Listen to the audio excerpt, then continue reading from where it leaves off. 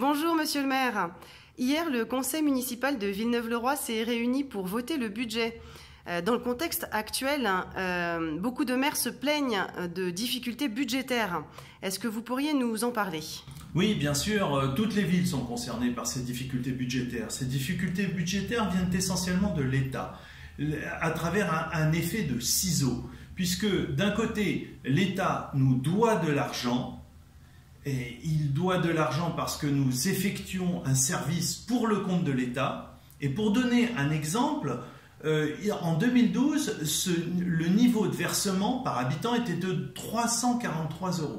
Donc 343 € versés par habitant pour que la ville fasse un service au profit de l'État, pour le compte de l'État. Eh bien, là maintenant, aujourd'hui, c'est seulement 99 € qui est versé par l'État pour le même service. Donc on voit bien qu'il y a un déficit et ça c'est compensé bien sûr par la ville. Nous avons aussi un autre effet. Un autre effet, c'est que l'État se sert carrément dans les caisses de la ville en prenant 600 000 € cette année qui sont reversés ailleurs, à Villeneuve-Saint-Georges, à Valenton, sur des communes qui n'ont pas fait les mêmes efforts de gestion que la nôtre. Est-ce que ça veut dire que les impôts vont augmenter ?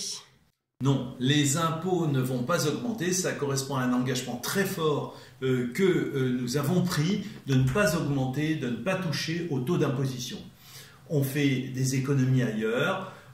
Et pourtant, vous avez beaucoup de communes qui augmentent régulièrement leurs impôts. Et pourquoi ? Parce que le coût de la vie augmente. Donc il faut bien assurer ces services. Nous avons fait un choix de ne pas toucher à la capacité des ménages, au pouvoir d'achat des ménages. Donc nous maintenons cet objectif qui est un objectif fort. Ces taux d'imposition, nous les avons trouvés lors de notre arrivée. Donc nous les avons figés et nous poursuivons nos campagnes d'économie, d'optimisation de la gestion.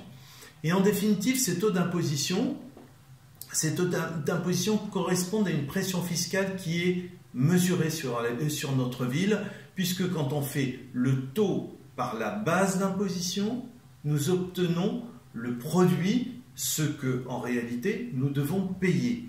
Eh bien, quand on compare avec l'ensemble des villes du Val-de-Marne, Villeneuve-le-Roi se trouve au 12e rang des villes les moins imposées quand on fait le taux par la base, c'est-à-dire en réalité ce que l'on paye réellement. C'est un souci que nous avons d'optimiser notre gestion sans jamais toucher au taux d'imposition.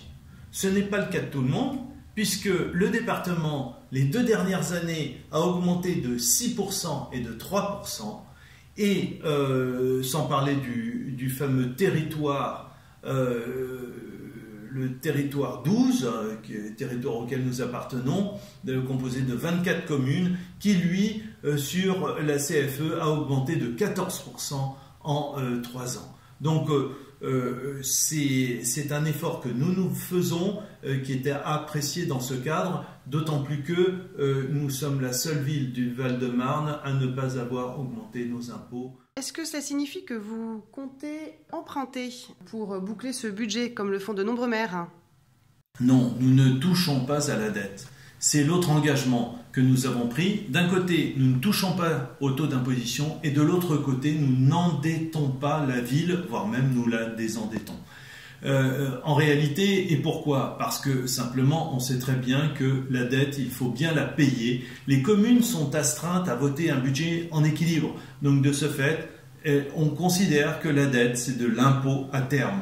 Donc, nous gardons nos engagements, pas d'augmentation des taux d'imposition, pas d'augmentation de la dette. Et il faut savoir que lorsque nous sommes arrivés, nous avons trouvé un niveau de dette à 900 € par habitant, sachant qu'il y avait une partie de dette cachée qui avait été dénoncée par la Cour des comptes au niveau national en 2001.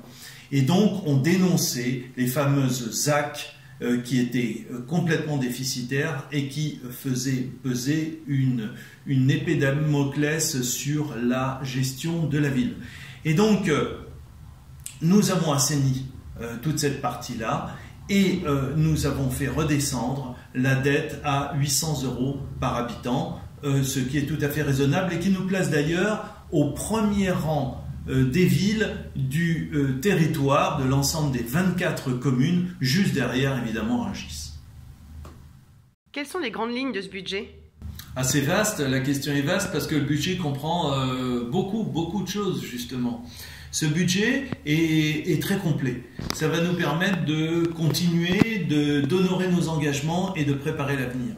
Nous avons une partie fonctionnement. Dans ce fonctionnement qui est en fait le service rendu à la population, Villeneuve-le-Roi a un niveau de 1474 € par habitant, de services rendus à la population, là où la moyenne de la strate des villes comparables est à 1214 € par habitant, c'est-à-dire plus de 200 € de plus par habitant à Villeneuve-le-Roi. Tout cela nous permet de mener des actions dans tous les domaines.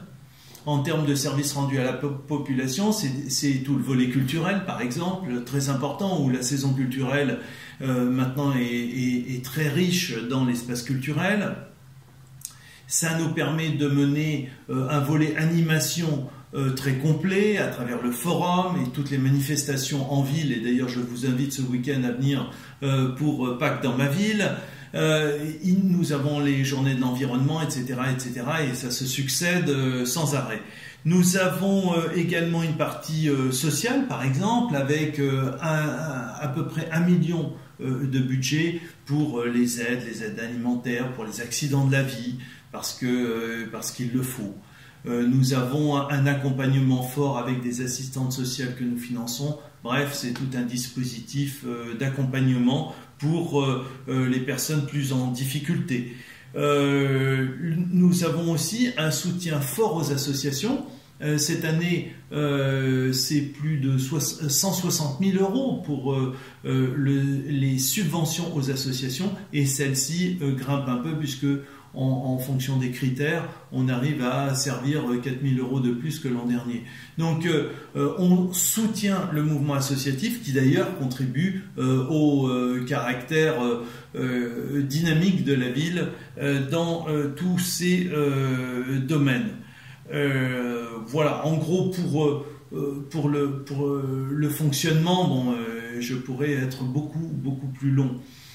Si on part sur le volet maintenant investissement, vous savez que nous avons dans un budget une partie service rendu à la population et puis une partie investissement. Alors la partie investissement, qu'est-ce que c'est ? C'est tous les équipements, c'est la voirie, c'est tout ce qui est, si on est dans le domaine de la réhabilitation, des écoles, des gymnases refaits, avec quelques exemples. On va livrer très prochainement le pôle communal Paul Bert. C'est un investissement, en fait on parle du pôle communal, mais en fait ce sont 3 équipements, un centre administratif, une crèche et un centre de loisirs. Eh bien là, il faut savoir que c'est un volume tout à fait conséquent à hauteur de 11 millions d'euros. Bon, cette année nous arrivons au bout, donc nous allons devoir en payer une grande partie. Nous avons aussi l'école Voie de Seine, l'école maternelle Voie de Seine, qui est aussi très attendue. Donc là, de la même manière, nous avons positionné environ 5 millions d'euros pour financer ce nouvel équipement. Mais pas seulement, puisque nous avons aussi des travaux dans toutes les écoles. Par exemple, Paul Bert, l'ancien bâtiment de Paul Bert, on refait une partie de la toiture, on reprend à Jean Moulin les huisseries. C'est un volume assez important, puisqu'il y en a pour 263 000 €. Nous avons aussi le gymnase Jules Ferry, qui pose question et pour lequel on a aussi dégagé une enveloppe pour préparer l'avenir.